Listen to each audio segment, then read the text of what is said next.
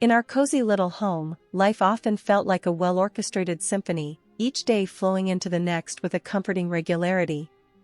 I'm Eliza, a dedicated dentist whose life revolves around caring for others, both in my clinic and at home. My husband, Tom, a man whose past life had etched lines of worry and contemplation on his face, was often my partner in quiet evenings spent discussing everything and nothing. This particular evening, however, held a different tune. As I entered our home, the aroma of simmering stew greeted me, a sign of Tom's attempt to provide some culinary comfort. I found him in the kitchen, looking more troubled than usual. "Hey love, what's cooking?" I asked, trying to inject some lightness into the heavy air. Tom glanced up, managing a weak smile. "Just some stew." "Eliza, we need to talk about something important." "It's about Alex." Alex, Tom's son from his previous marriage, lived with his mother in a different city. Our interactions were limited to brief, somewhat formal exchanges on Skype, his shy demeanor never allowing me to know him beyond the basic pleasantries. "What about Alex? Is he okay?" I queried, concern lacing my voice as I took a seat at the kitchen table. Tom joined me, his hands clasped together, the weight of his words gathering like storm clouds. "He's fine, health-wise. But he's been given a chance to follow his dream of forming a band. He's really passionate about it, Eliza. But, well, he needs our financial help." I leaned in, listening intently.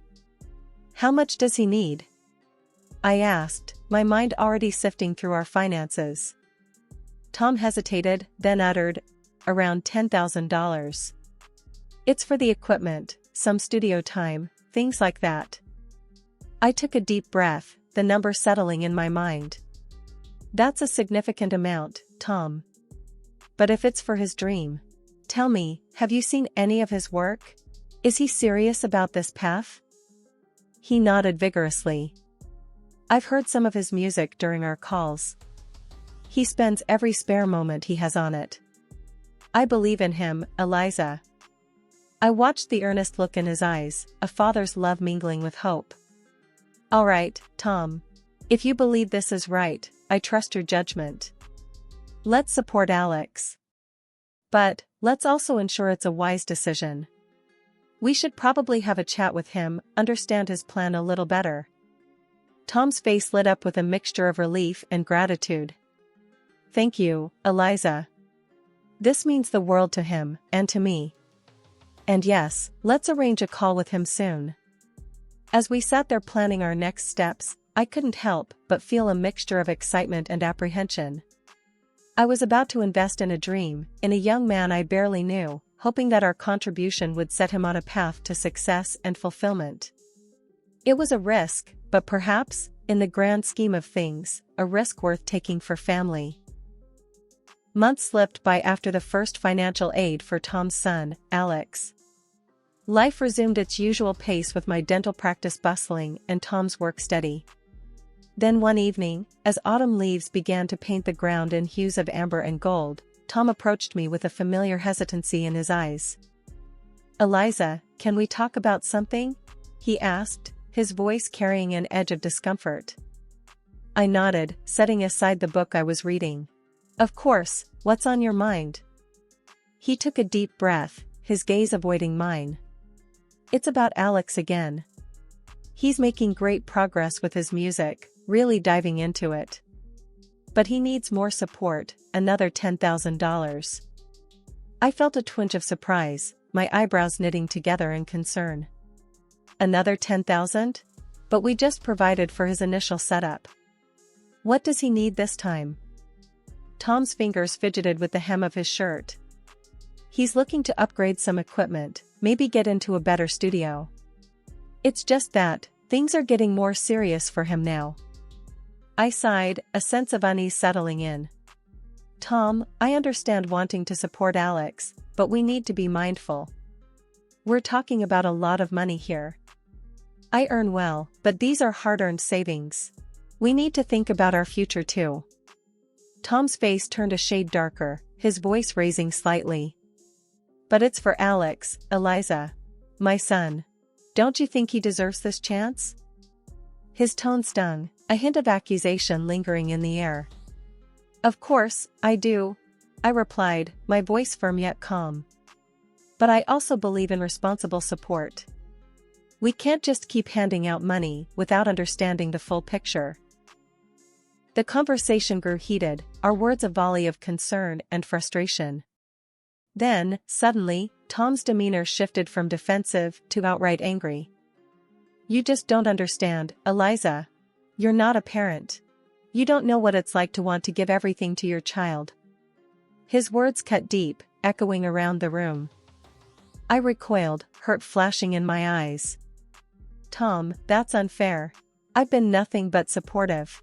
But we can't be reckless.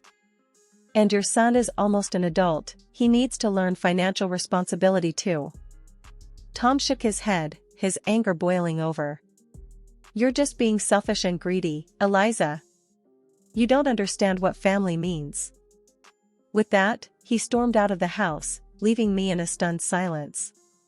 His accusations felt like a slap, the word greedy reverberating in my mind. I sat there, trying to piece together the fragments of our conversation, the harmony of our life now disturbed by a growing discord. Days turned into a week, and Tom's absence stretched on. I was left to ponder the situation alone, my concern for Alex's future wrestling with my dismay at Tom's reaction. When Tom finally returned, his demeanor had softened, but the underlying issue remained unresolved. I'm sorry, Eliza, he said, his voice low. I shouldn't have exploded like that. It's just, I want to do right by Alex. I nodded, accepting his apology but feeling the distance between us. I understand, Tom. But we need to be a team in this, especially when it comes to big decisions. Reluctantly, I agreed to the additional support for Alex, my heart heavy with apprehension. Tom's immediate switch back to his affectionate self was a relief, but also a reminder of the fragile balance we were treading. The cycle of financial requests for Tom's son had become a recurring theme, straining not just our bank account, but also the very fabric of our relationship. Just as the leaves began to shift to the fiery colors of fall, Tom approached me again, his demeanor more desperate than before. Eliza, we need to talk about Alex again, he began, avoiding my gaze. I set down my book, a sense of dread filling the air. What is it this time, Tom? He fidgeted, clearly uncomfortable. It's a big opportunity for him, a chance to go on a tour with his band. He needs our help, Eliza. He needs $30,000.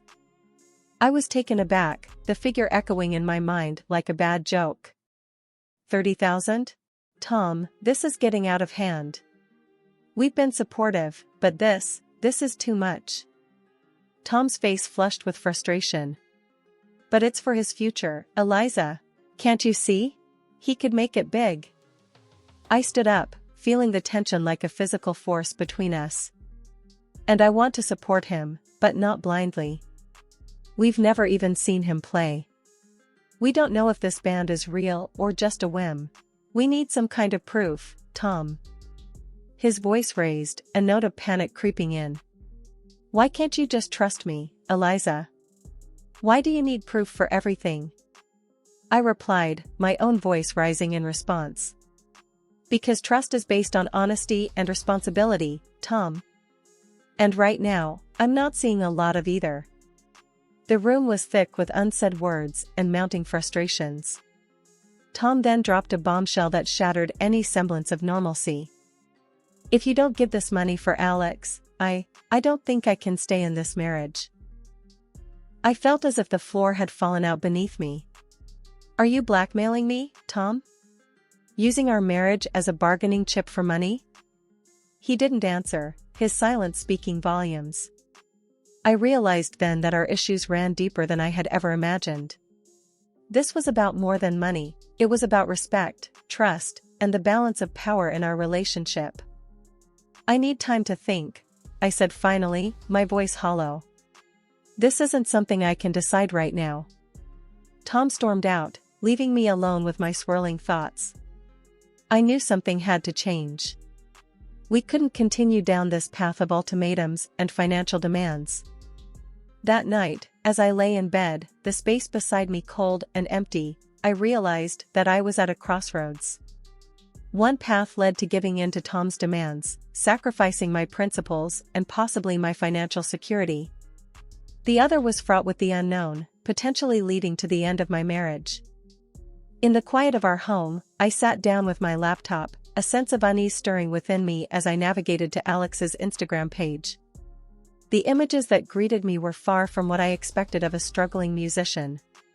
Lavish parties, designer clothes, exotic locations, it all painted a picture of luxury that belied the story we'd been told.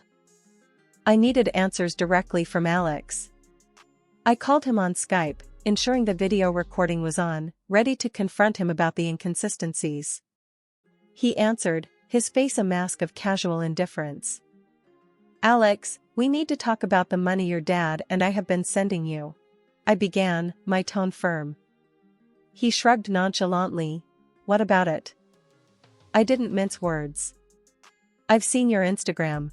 Your lifestyle doesn't match up with needing money for a band." "I'm not sending any more money." His face changed then, the cool facade slipping into something darker. "You have no idea who you're dealing with. I have connections, people that can make life very unpleasant for you." I felt a chill at his threat, but I didn't waver. "Alex, I've been recording this conversation. Threatening me is a serious offense. I can take this to the police." The bravado drained from his face, leaving behind a pale, frightened boy. Tears welled up in his eyes as he realized the gravity of his actions. "Please, no. I was just talking big. I'm not in any gang. I don't want any trouble with the police." His sudden shift from intimidation to desperation made me pause. He was on the verge of revealing something more, something that might explain the bizarre turn of events. Sitting back, I watched Alex's face, tear-streaked and pale, as he prepared to spill the secrets he'd been holding onto. "All right, Alex, let's hear it then. What's going on?" Through sobs, Alex began to unravel the web of lies. "It started off small, just me wanting some extra cash. But then I found something about Dad." I leaned forward, my heart pounding. "What did you find about your dad, Alex?" He wiped his eyes, taking a shaky breath. "I found out he was seeing someone, not just anyone, someone from his past. I took pictures, threatened to tell you unless he kept sending money." My world spun with his confession. "Tom has been unfaithful? And you've been blackmailing him?" Alex nodded miserably. "Yes. I never meant for it to get this far. I wanted to live a certain way, and when I found out about Dad, it seemed like an easy way to keep the money coming." I felt a mix of anger and pity. "Alex, do you realize how serious this is? Blackmail is a crime. And your father, how could he?" He sniffled, looking down. I know it's messed up. I don't know, I got in too deep. But I swear, Eliza, I don't want to cause any more trouble. I'll stop. I'll figure something else out." I sighed, the weight of the situation heavy on my shoulders. "And the band, the tours, all of that was just a lie?" He nodded again. "Yeah. I'm sorry. I like music, sure, but there was no band. I just needed a story for the money." I sat back, processing everything. My husband had been unfaithful, my stepson a blackmailer. The foundation of my family was cracked and broken. "Alex, I need to talk to your father about this. And you need to sort yourself out. This isn't the way to go through life." He nodded, a small glimmer of understanding in his eyes. "I know. I'm sorry, Eliza. Really." As the call ended, I was left in a silent house, the echo of Alex's confessions ringing in my ears. The lies were unraveling, revealing a painful truth I could no longer ignore. I knew the next step was confronting Tom, but a part of me dreaded what that confrontation would bring. The man I had built a life with was a stranger, and our marriage a facade. I needed to gather my strength, for the conversation ahead would be the most challenging of my life. The house felt unbearably quiet as I waited for Tom to return. The ticking of the clock seemed to echo my racing heart, each minute stretching longer than the last. When I finally heard the turn of the key in the lock, my stomach knotted with anxiety. Tom entered, immediately sensing the storm brewing in the air. "Eliza, what's wrong? You look like you're about to explode." I took a deep breath, steadying myself. "Tom, we need to talk. Now." He hesitated, then nodded, taking a seat across from me. "What's it about?" I didn't beat around the bush. "It's about Alex, Tom. And it's about you. I know everything, the blackmail, the affair." Alex confessed. Tom's face paled, his eyes widening in shock. What? "Eliza, I can explain." I felt a surge of anger. "Explain? How can you possibly explain lying to me, allowing your son to blackmail you, and using our money to cover up your affair?" He looked down, shame etched across his face. "I was afraid, Eliza. Afraid of losing you. I thought I could control the situation, but it spiraled out of control." I shook my head, my voice rising. "Control? You call this control? You've been living a double life, Tom. And all the while, lying to my face." Tom's voice broke. "I'm sorry, Eliza. I never meant for any of this to happen. I didn't know how to handle it."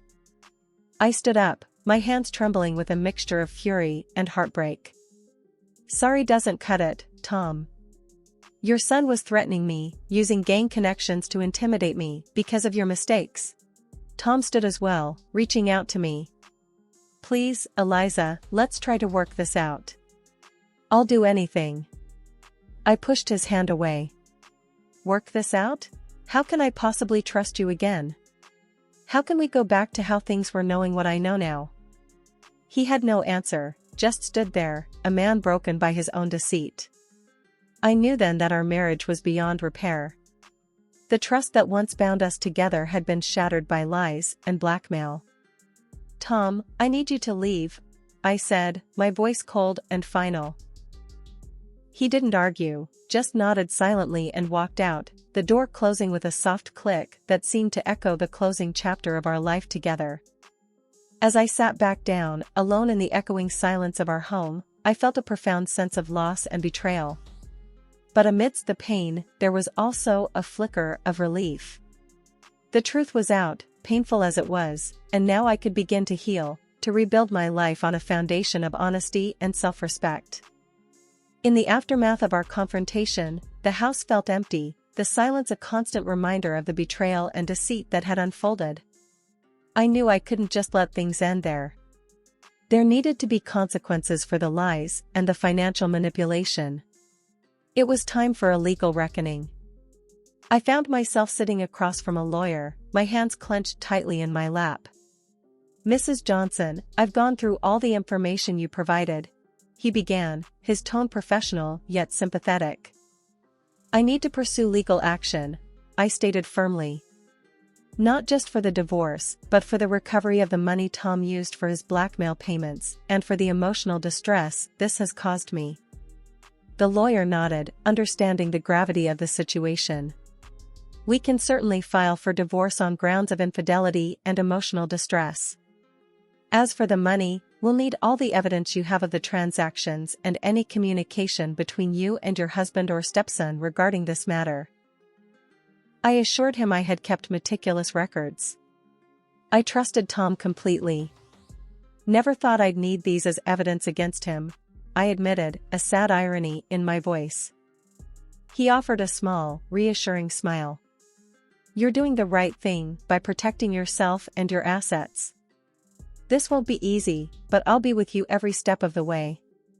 The following weeks were a blur of legal documents, meetings, and court appearances. Tom looked defeated each time our paths crossed, the reality of his actions finally hitting home.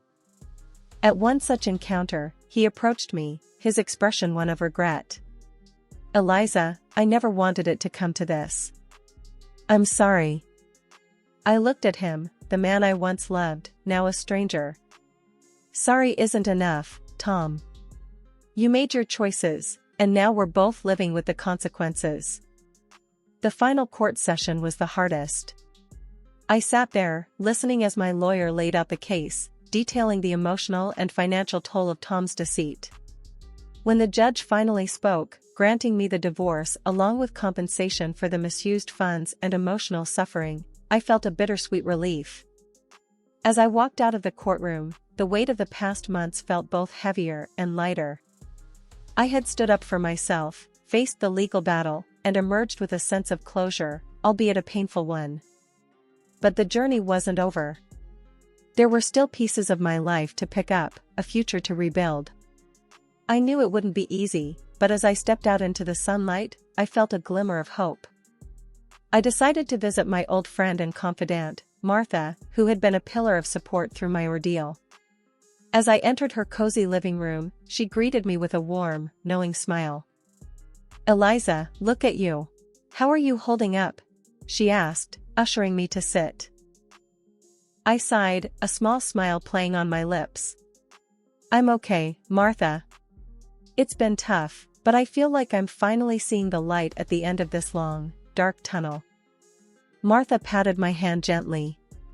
"You've been through so much, my dear. But you handled it with such grace and strength. I'm proud of you." I nodded, feeling a sense of pride myself. "It was hard, Martha, facing Tom in court, unraveling all the lies. But I stood up for myself. And now, it's time for a new beginning." Martha's eyes twinkled with encouragement. "So, what's next for Eliza Johnson?" I took a deep breath, feeling the weight of the question. "First, I think I need some time to heal, to rediscover who I am outside of this whole mess. Then, I want to focus on my work, maybe even take a vacation, something I haven't done in years." "Sounds like a plan," Martha replied warmly. "And remember, Eliza, this is your chance to rewrite your story, on your own terms." Her words resonated within me. Yes, I had been through a storm, but now I had the opportunity to chart my own course. In the following weeks, I immersed myself in work and self-care. I took up yoga, started reading more, and even planned a solo trip to a place I'd always wanted to visit. Life without Tom was different, but it was mine to shape. One evening, as I was preparing for my trip, the doorbell rang. It was Alex. He stood there, looking nervous and remorseful. "Eliza, I just wanted to say I'm sorry, face to face. For everything," he stammered. I regarded him, seeing not the aggressive young man from our Skype call, but a remorseful, lost boy. "Thank you, Alex.